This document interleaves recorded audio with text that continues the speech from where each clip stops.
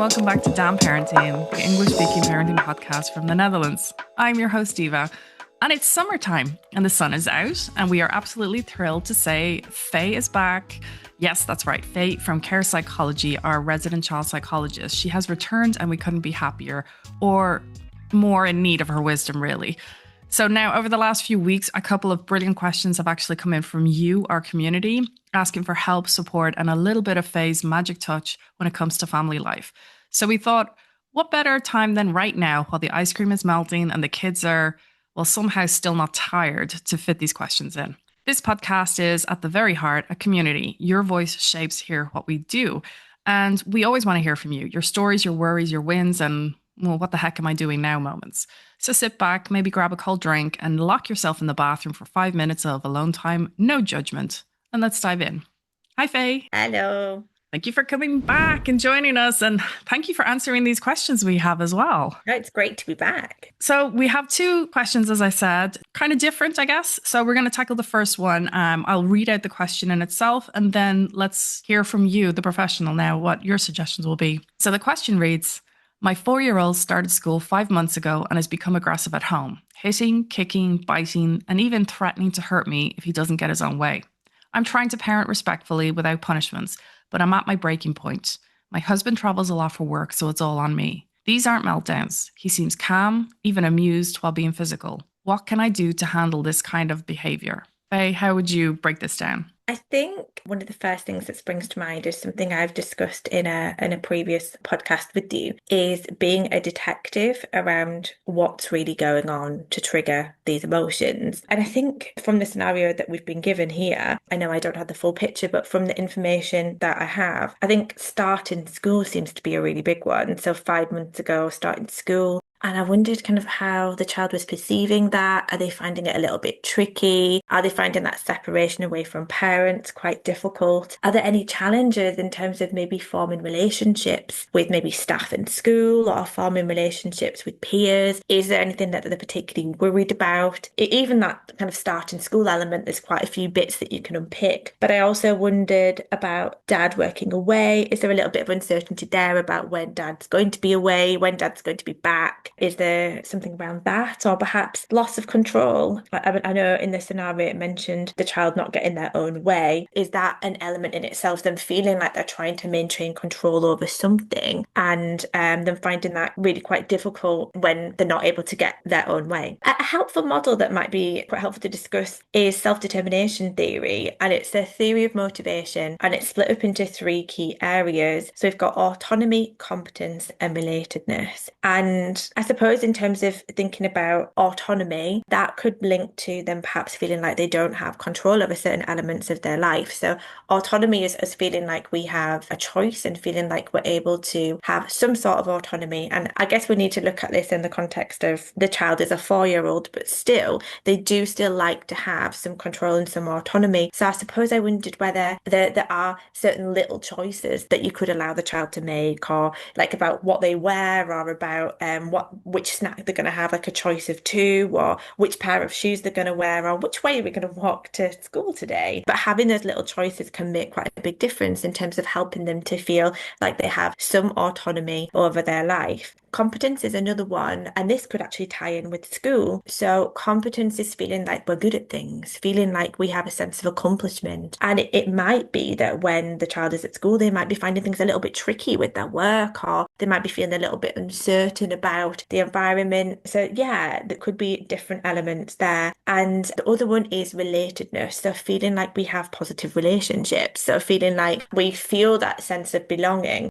And I suppose there's a couple of elements here. So it could be around feeling that sense of belonging in school. And they've only been in school 5 months. So they might still be developing those friendships with peers, but also developing positive relationships with staff as well. Also, the dynamic of them now going to school, potentially being away from parents more. I mean, depending on the situation before they went to school, whether they were attending daycare or not. But the child could be finding it difficult to be away from mum and dad when he's working away, and perhaps mum when they're at school. So yeah, it could perhaps be about looking at how you can support them to feel that greater sense of belonging and relatedness to others. I know a really nice example that I've come across quite a few times. I know Kate Silverton talks about this quite a lot in her book, There's No Such Thing as Naughty, about the importance of 10 to 15 minutes of quality time each day with a parent, where it's undisrupted time, where you put all forms of social media, the TV's turned off, and you allow the child to take the lead in play for 10 to 15 minutes and have that 10 to 15 minutes of undisrupted time. Now, I read a figure the other day that said something like providing children with that time each day, that quality time each day, can reduce emotional outbursts by 50%, which I thought was amazing. Now, I don't 100% know where the source was for that, but I thought it was an interesting perspective by providing that one-to-one time where the child kind of takes the lead and you have that undisrupted time for 10 to 15 minutes. I have heard of the thing where 5 minutes in the morning, 5 minutes after school, and 5 minutes of bedtime, but I didn't hear there was research about 50%. It seems a lot, doesn't it? That seems huge. Yeah, it seems really significant. As I say, I don't know where the source was. It was just something I briefly read. It's probably something I need to look into more, but I thought, oh, that's interesting. It could potentially have such a big impact. Another thing you actually just brought up there, which also made my brain tingle a little bit, I think, with some listeners, would be when they start school. So you said it's only been 5 months and maybe he's not, he's trying to still find his feet with friends or teachers.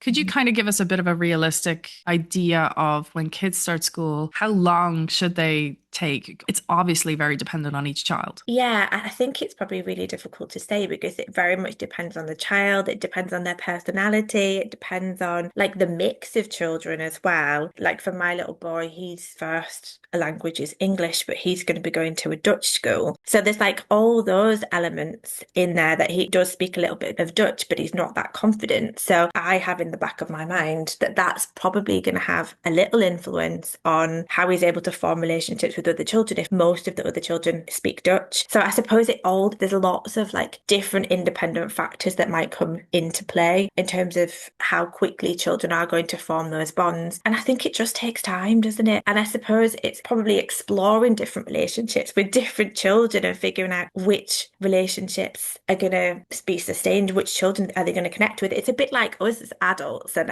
I know Ava and I have talked about this before in terms of establishing relationships with others. Yes, sometimes you find people who you click with really, really quickly, and other relationships maybe just take a little bit more time. It's the same for our children. It is that thing that sometimes it's kind of hard to think like we're having a hard time, but we kind of get over it and we never really think about it. But the thing is, our children are going through it, but it's a huge element of their life because it's obviously a first time or it's big emotions and they're still learning to regulate. Yeah, definitely. Something else that might be helpful to mention as well, and I think I kind of have mentioned a little bit about this before, but in terms of supporting that sense of belonging, supporting that sense of connection, if you feel that your child is finding it difficult to be separated from you, whether it's at daycare, whether it's at school, doing kind of little things can really help to support keeping that connection. So I know I've previously mentioned about the Invisible String book, which is a really lovely book about connection and how we're connected by a string. And even when you're not together, that invisible string's still there. Also, things like use of transitional objects, even if it's something that they perhaps keep in their bag, but a transitional object from home that they take into daycare or they take into school, but they keep in their bag and they know it's there, can be a sense of security for them. And also, another really lovely idea that I really like is keeping in mind. So when they've been at school all day, just using little phrases just to remind them that you've been thinking about them all day. So at key points, you've been thinking about them. So,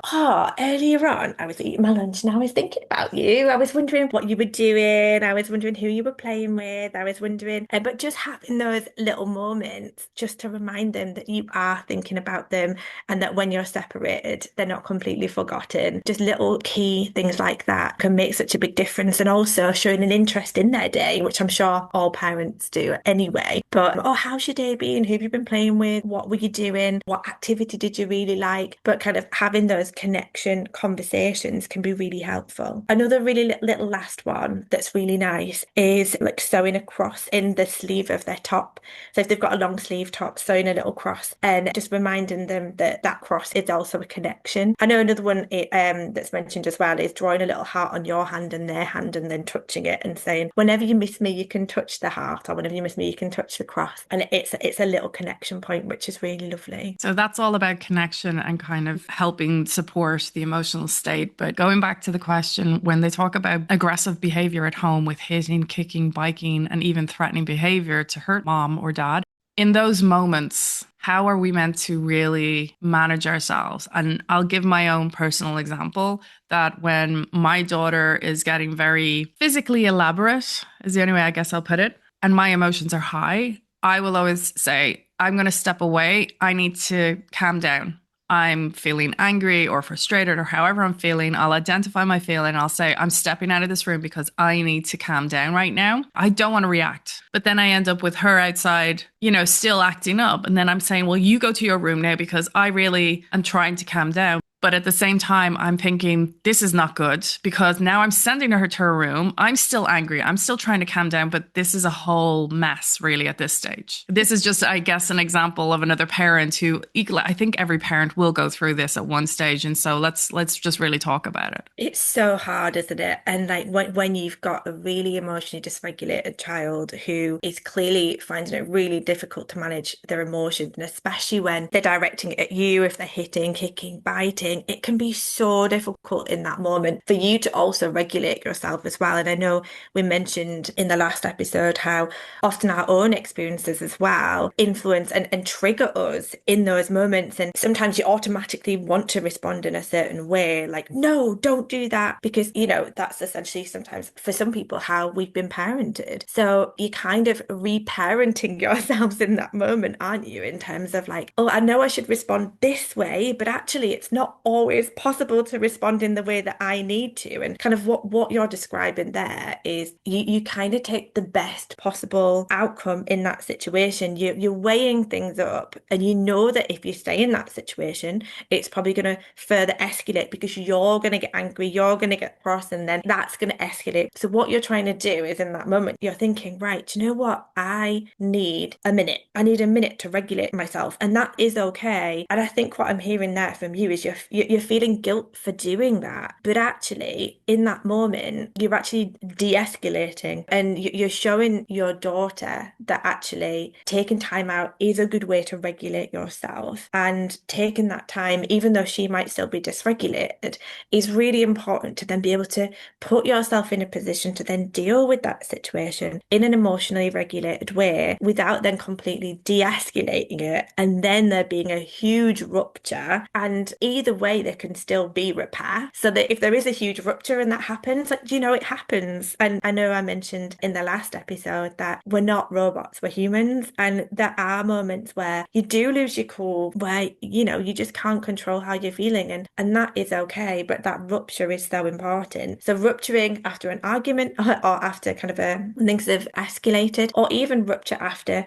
that space you've given, and kind of re-echoing to her that I had to take that time for me to feel in a way that I can now support you. But I can also understand kind of what you're saying, and that there is kind of the element of 100% ideally don't want to manage it in this way. I want to be there. I want to co-regulate. I want to support her. But actually, emotionally right now at this time, I can't do that, so I need a minute. And it's doing that best possible scenario in that moment and being okay with it. It's very hard to be okay with it when you're in the moment, is all I can say, because it's, as you said in your last episode, it is about rupture and repair. And it's also a case of, you also mentioned something about putting your own oxygen mask on first. Yeah. And that's, I think, always in my head, because at the end of the day, I don't think there's any parent that doesn't get fed up or annoyed or frustrated with their own child. But as you say, it's always down to childhood wounds or triggers or stress or any of these emotions. It's not an easy thing to do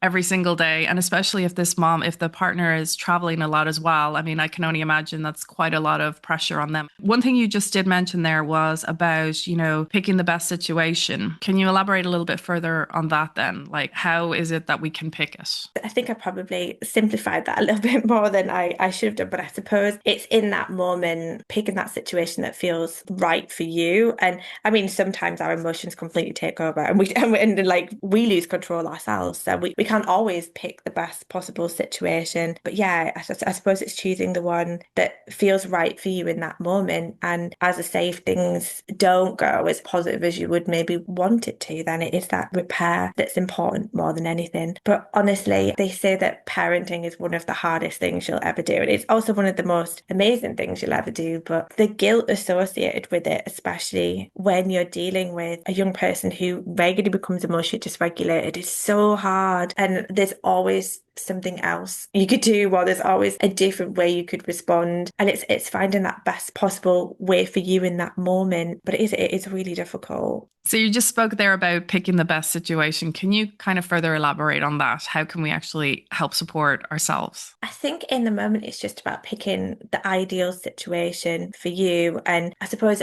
weighing up and balancing kind of in that situation.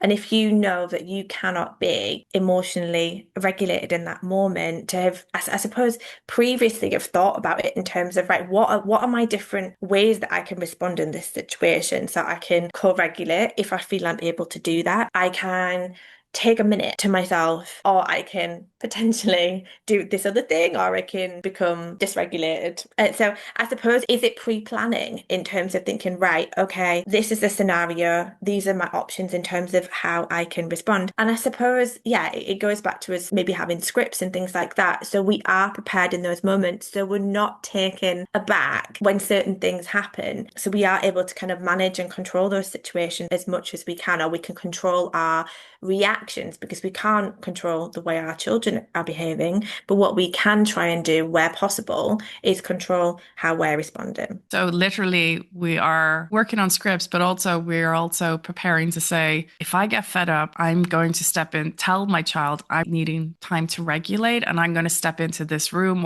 is that what you're more or less suggesting? Yeah. And I think one of the things I liked about kind of your explanation is that you gave an explanation at key points. So you communicated with your daughter from the start, I need a minute to allow me to feel like I can respond to you. And then again, I know you will have given an explanation when you came back again. And I suppose it's planning for those things, isn't it? So hopefully in those moments, we can use those responses so we're not caught on the back foot. And then we're not going back to using those automatic responses that maybe link back to our childhood. Okay, well, I think that's quite a lot of information for that. But again, I think that's really related to the episode 2 when we were talking about a lot of rupture and repair and understanding the stress element, I guess, of parenting. So let's move on to question 2. Question 2, I think, is going to be very well known for every single parent out there. It says, every school morning feels like a battle. My 5-year-old struggles to wake up, and as a pregnant mom nearing maternity leave, I'm exhausted. Even waking earlier leads to tears and stress. How can we create a calmer, more respectful morning routine for our family? And what have you got to say for this? This is a really tricky one, isn't it? And I think there's a number of things going on that could be influencing or could have an impact. And yeah, it sounds like the mum, yeah, she's close to maternity leave. So I imagine she is absolutely exhausted. And I suppose in terms of thinking about her window of tolerance in how she feels she's able to emotionally respond, that window of tolerance will probably be much smaller because she's exhausted. She's probably got other things going on. She's probably finishing things up at work and juggling lots and lots of different things. So naturally, the window of tolerance that she probably has to be able to respond to her child in that moment when they're not helping in terms of getting ready or not putting their shoes on, not putting their top on, not brushing their teeth, the level of patience that she probably has is different to if she didn't have those stresses in her life. Yeah, it's a really tough one, and I definitely think it's one where we have to be so kind to ourselves in those situations, because yeah, she genuinely will be trying her best. And I can imagine if that was me, I would be feeling frustrated because you are trying your best, but you still feel like there's more you could do. But when she feels absolutely exhausted, it just feels impossible. There was a couple of things I wondered in relation to this situation, kind of in terms of thinking about what next. And I kind of wondered because the child is 5, so they'll have a sense of planning and they'll probably be quite keen to help in certain situations. So I kind of wondered how you could involve the 5-year-old in the morning routine planning and maybe speaking to them about what are the things that you would like to be in charge of and what are the things that you could maybe take a lead on? What can you help with? What can they maybe be a bit more independent with? And that helps them to have a little bit of control and ownership over that morning routine. So I wondered whether that was something. But the other thought that I had, and I realised that this is probably quite difficult, looking at the morning routine and considering what's absolutely necessary. Is there anything that you can cut out of the morning routine completely that you're not going to miss? And just sticking with the things that are absolutely necessary to kind of bring that stress level back down again. I also wondered about the use of timers, like sun timers, to help the child to understand time concepts. Because I know around the age of 5, they often still find it quite tricky to understand the concept of time. So I wondered whether their concept of time could be supported through timers. So you've got 5 minutes to get dressed, or you've got 5 minutes to, 10 minutes to eat your breakfast, and setting a little timer to indicate that. Also, having a physical sand timer is quite helpful because they can see the sand running through, so they can roughly judge whether their time is almost run out. But providing those visual cues can be really, really helpful to support children. And I think time is such a difficult one as well, particularly when we have time constraints, because what children at that age don't have that concept of time. So they don't have that concept of, we need to do this quickly to get out of the house so we can get you to school so I can get to work. So that in itself can be really difficult because they don't understand the stress that places on us. And because they're probably just like, oh, I'm just enjoying sitting here, looking around and have all their own thoughts kind of about what's going on. And they don't understand actually, mum or dad need to get to work quite sharpish. We need to get you to school before school starts and all those other kind of time factors that they're just completely not aware of. First off, I do want to say thank you for not actually saying, let's wake up earlier, because I mean, I already know they said that it leads to tears and stress, but when I hear it's all over social media, oh, if you wake up half an hour earlier, you can get all your shit done. You do your journaling, you have your ginger and turmeric shot or whatever it is. Those kind of things are not very helpful for parents in general when we need to sleep as much as we can.